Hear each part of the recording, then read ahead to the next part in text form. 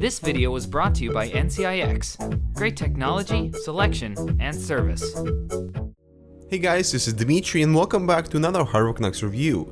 Now make sure to subscribe to our channel and share your thoughts on this case in the comments down below for a chance to win the actual case we're about to review. Now BitFenix has been on a roll with new releases that aim to bring a lot of flexibility with cases that suit specific purpose. And over the next few BitFenix case reviews, you're gonna see that each case has its own right either for water cooling or multiple expansion slots. So today we're going to take a look at the Phenom mATX, a $99 enclosure capable of packing a punch in this boxy and rather unattractive design. If you're looking for something with a bit more character, then the Phenom series won't be for you. For a mATX case though, it's actually quite compact. It may appear to be a lot wider than it actually is because of its short height. The front and top panel are covered in BitFenix's soft touch treatment, which brings that quality feel to ordinary plastic.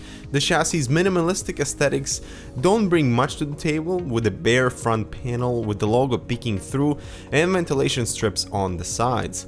After taking off the panel, I noticed that ventilation strips weren't fully open, but just a few circular cutouts. And since this is the intake for your power supply, I would have liked to see less restrictive design. All the connections are located on the side with two USB 3 ports, audio jacks, and PR buttons.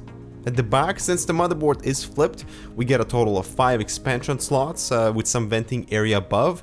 The PCI brackets utilize a drop-down clamp that locks all the brackets in place, which is actually quite convenient for tool-free assembly. We also have an exhaust fan and a power cord insert that we'll cover a bit later. The case stands on quality rubberized feet, and then we also get this magnetic cover that's supposed to prevent warm air from the power supply exhaust from re-entering the chassis from below. But say you're only exhausting air from the case using the top fans, this would create positive pressure, and this panel would prevent all the dust from getting picked up. And then the top of the case we have a removable dust filter with support for those 120mm fans. Now there's a lot to talk about when it comes to features, so let's pop that panel open and let's check out the interior.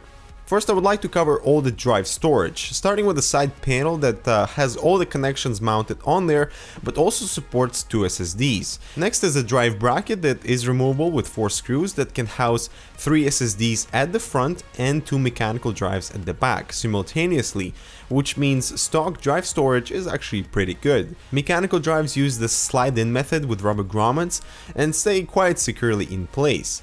Now, after mounting the bracket, you do lose a bit of clearance on the inside for your CPU cooler, so measuring the space until the 3.5-inch drive, the Phenom will support towers up to 150mm, so that's something to keep in mind. Behind the front panel, it's a little strange to see an optical drive slot, but it also has its own purpose, which can house extra drives with this bay converter.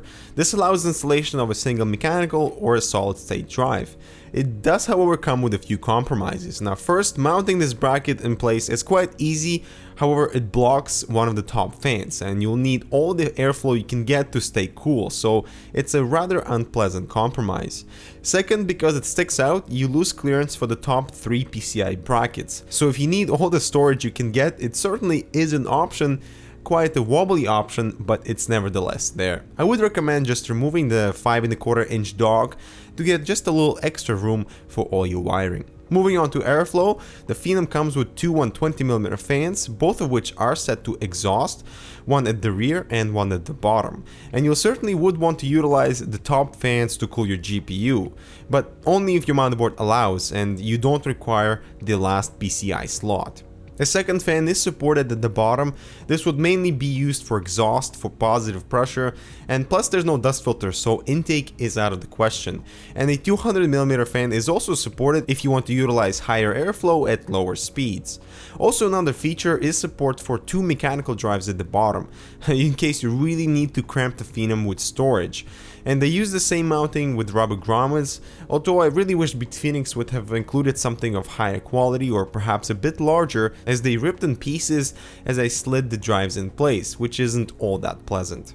Now, given we have a rather unconventional spot for the power supply, its own power outlet is included at the back, with the power cord extended and routed through the power supply bracket. This is a very simple installation of first mounting the bracket onto the power supply, plugging it in and placing the bracket back. And it will intake air from the front, and there's also plenty of room above the power supply for cables. Plus, even with the 5¼ drive bay installed, there's still a good amount of clearance for all your cable routing. Now, our unit is 180mm long, and it does just slightly block the first PCI bracket, so anything over 9 inches won't fit, but otherwise 12-inch cards are supported no problem, which is actually quite impressive. So let's get on with the assembly and let's see how the Phenom mATX handles a loaded system. And for one, there isn't a cable management system in place.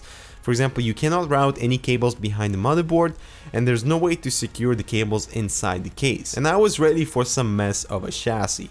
And well, it's pretty close, with all the cables just hanging out like the 8-pin or the 24-pin motherboard cable, and plugging in our GTX 590, it seems everything is in place and ready to go. And as you can see, there's no way to route cables at the rear because there's no cutouts. There is some space at the back, and I would have liked to see an 8-pin CPU cutout just to make things a lot easier. The GPU, however, is fairly close to the top, utilizing those 2 top PCI slots, and cooling really shouldn't be an issue considering its proximity to the intake area. Now here comes the challenging part, the side panel and all of the connections on it. I had to remove the GPU in order to access the connections on the motherboard, and BitFenix includes a USB 2 adapter which came in handy. And starting with all this cable mess, first the drives inside the panel, then all the audio and USB, and only then I was able to put our graphics card back in. Then comes the side drive bracket, which in itself is a whole lot of challenge, simply because of the wiring. Now there's no clearance issues even if you populate all of the available slots on the side panel and the bracket, which is good news. It'll just be a nightmare for all the cables you'll have to deal with.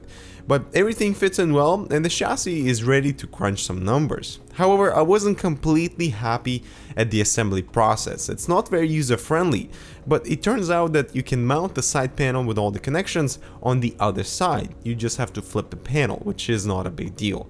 And this way you get a more convenient access for all your components, and no longer do you have to redo all your wiring every time you have to remove the side panel. Now overall, I think the Phenom mATX from BitFenix has a role within the mATX options, as it provides a lot of drive storage spots like on the bracket or the side panel without compromise. We have long GPU support even with large power supplies, dual exhaust at the top and the bottom, while keeping a very compact form factor.